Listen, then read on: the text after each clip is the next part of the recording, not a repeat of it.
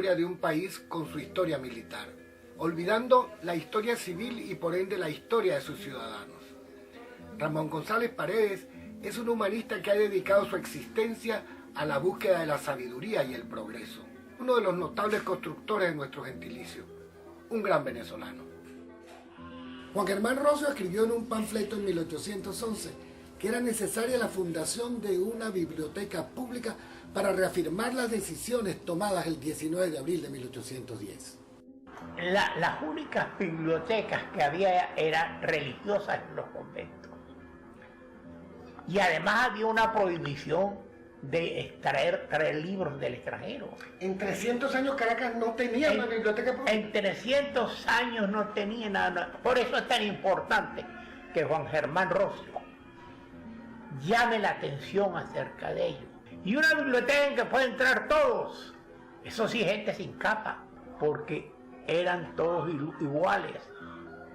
Y además le dice que les van a proporcionar papel, la pluma y la tinta.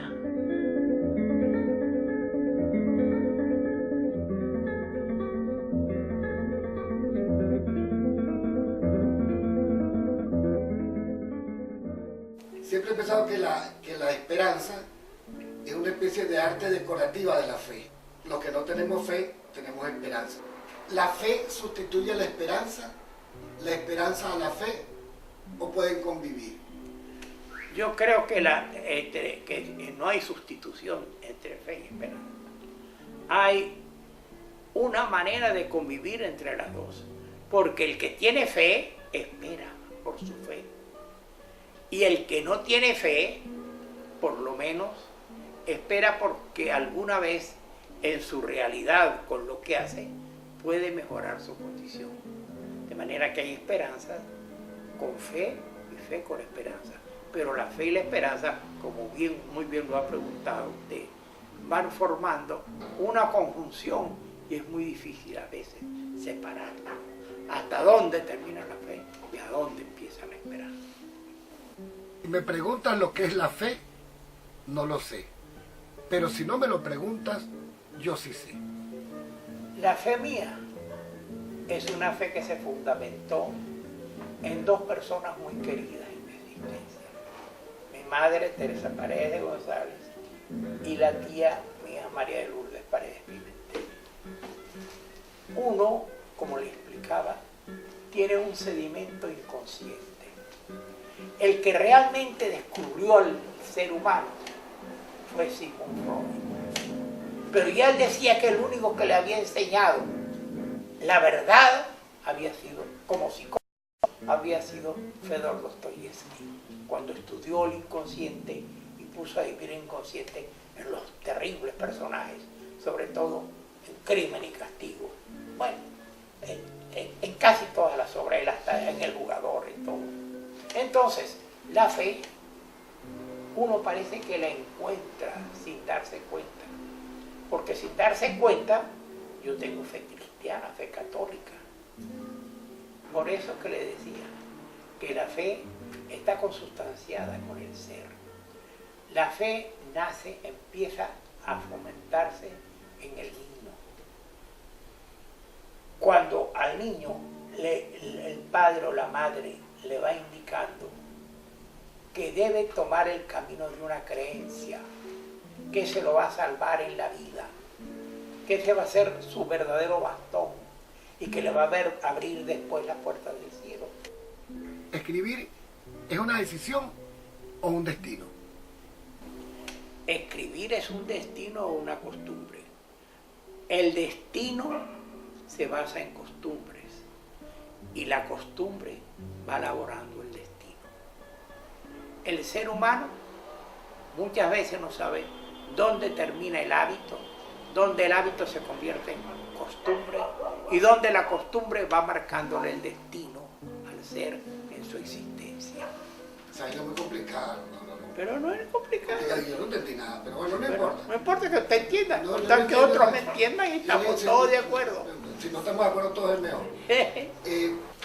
¿Para qué escribir? Pues yo me lo he preguntado muchas veces. Sin embargo, en el ser humano que realmente tiene esa disposición de ánimo, que es una especie de llamada de todo el ser, desde pequeño en uno, porque para que uno se comunique con los seres, se comunique con los demás. Esa es una forma de proclamar su existencia. Le voy a explicar. Dice, no es asunto de cuento. Es cuando yo escribía, al mismo tiempo publicaba en el periódico Nosotros en Trujillo. Pero muchachito, estamos hablando, yo llegué a Caracas a los 17 años. Yo tendría unos 9, 10 años. Y entonces ella escribía. De noche me vigilaba mi mamá, la madre mía me vigilaba, porque le habían dicho que yo me podía poner loco. Porque un muchachito que escribía en el periódico, que se ponía a hacer poemas y cuentos y todo, eso en el fondo era una especie de desatino. Los autores que para enfocar un tema, yo comprendo que uno no puede, ni mucho menos, con la poquedad que es primero la existencia de uno, luego el tiempo que uno le ha dedicado a ese tema, agotarlo ni mucho menos. Solamente lo que uno busca es 2 o 3 o 4 o 5 autores que realmente en ese tema sean calificados de personas que alumbraron el camino del tema, que le dieron a uno una luz al respecto, o una nueva luz, porque hay temas que son tratados a través del tiempo. Por ejemplo, los temas griegos, tratados por todas las generaciones. Por ejemplo, el que se ocupa de Platón. ¿Qué le puede decir Platón? Y sin embargo, a uno le dice Platón. ¿Cuándo le dice Platón? Cuando estudia los valores. ¿Pero por qué lo reconoces? Lo reconoce porque, por la sencilla razón de que los valores son ideas. Los valores son ideas que el hombre pone, pero no las pone individualmente, sino las pone el colectivo. Son las ideas de la verdad, de la belleza, del bien, de la justicia, etc. Pero esos son comportamientos individuales. ¿Pero qué le importa que se han repetido. ¿Pero qué le importa al lector eso? Le importa al lector porque nosotros no somos, como decía Aristóteles, solamente animales, sino somos animales racionales. El hombre vive de la razón, también vive del sentimiento en las artes, vive de la ilusión, pero el hombre es un animal racional y que quisiera cada vez separarse más de lo animalesco, pero no puede. Es inútil. ¿Por qué alguna gente dice que usted es un escritor olvidado en Venezuela? ¿Eso es verdad? Bueno, en Venezuela se olvida todo.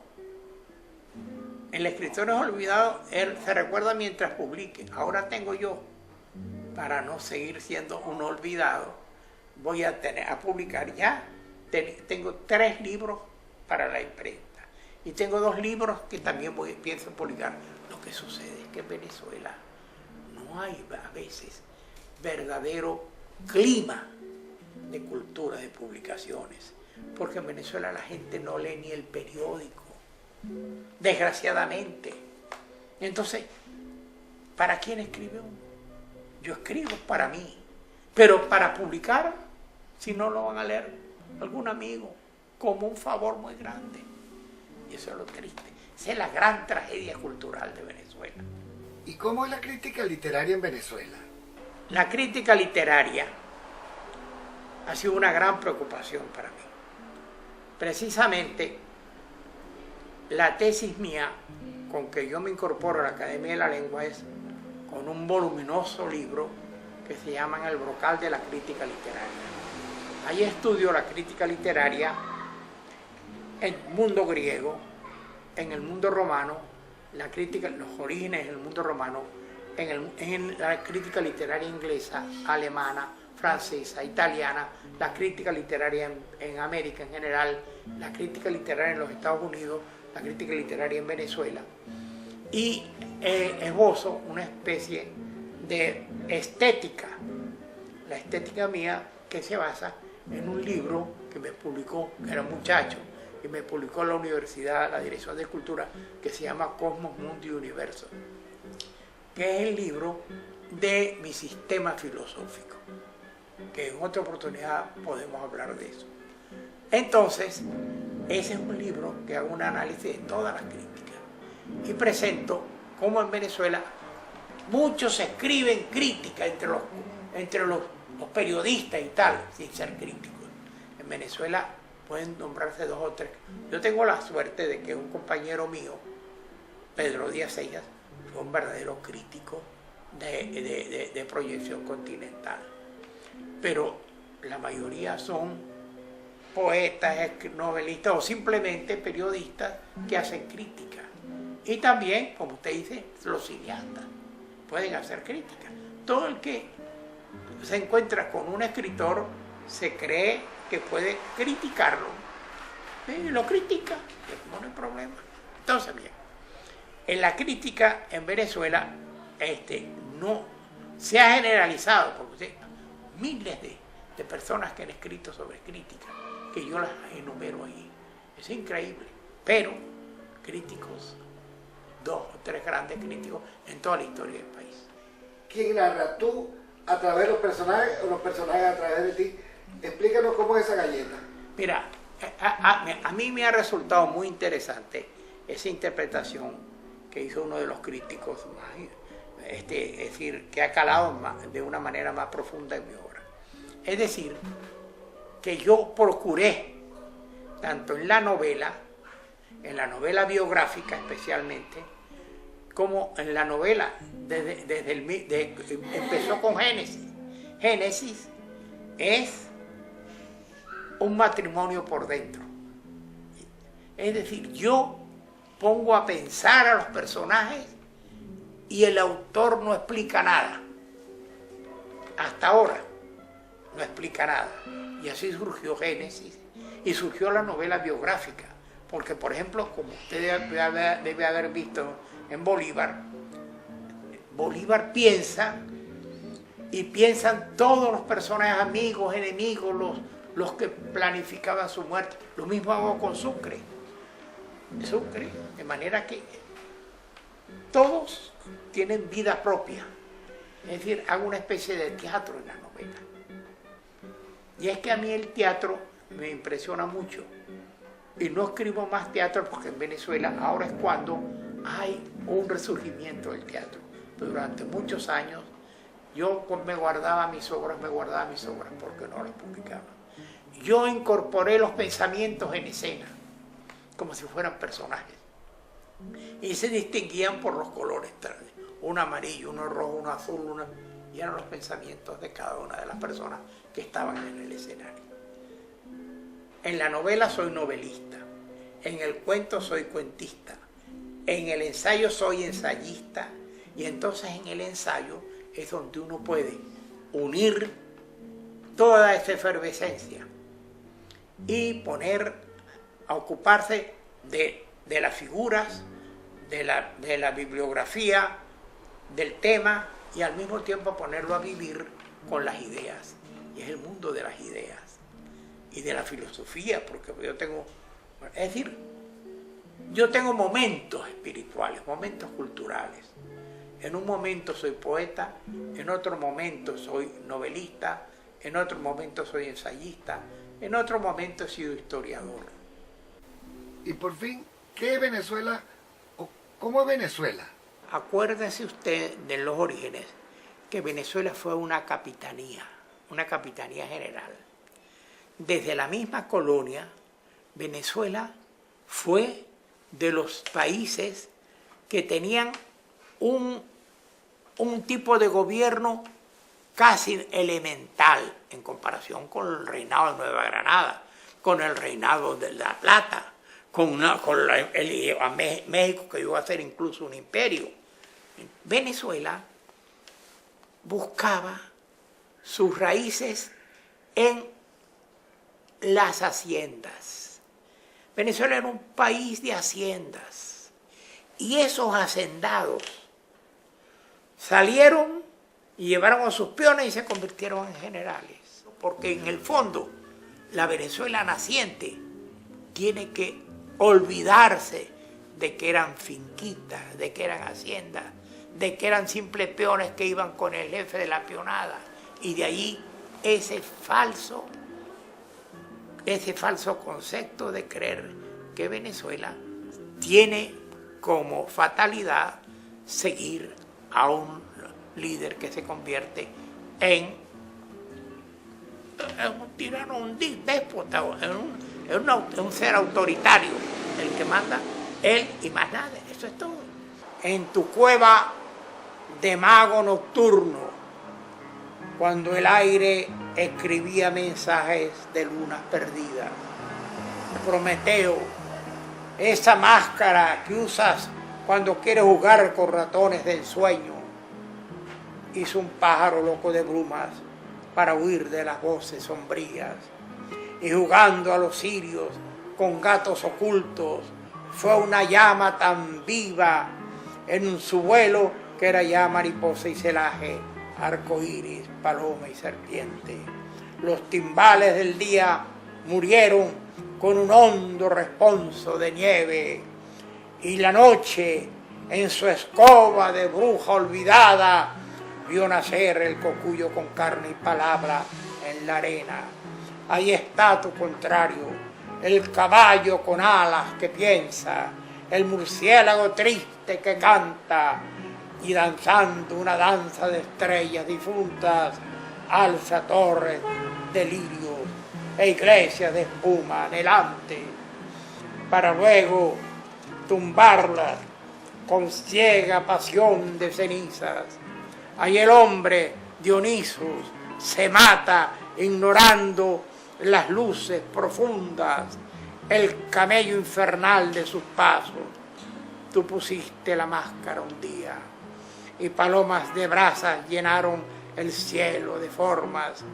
Ha nacido el que puede pensarse y pensarte. Sus arañas tejieron al son de campanas plateadas edificios de soles gigantes. Ahora al oigo llamarte su idea con antorchas de voces solemnes. Tú sonríes en la sombra, mirando cómo pasa, buscando el jardín de la aurora, esa gris caravana de almas. Yo me embriago con fresas y luzas. Aturdirse es vivir, que la muerte, cuando estamos despiertos, nos llama. Ahora, el amor. Yo le canto al amor. Y ahí tengo mi esposita, que ha sido mi compañera durante muchos años. Es decir, recibir una pareja de otro y estar ambos haciendo una vida marital larga y feliz.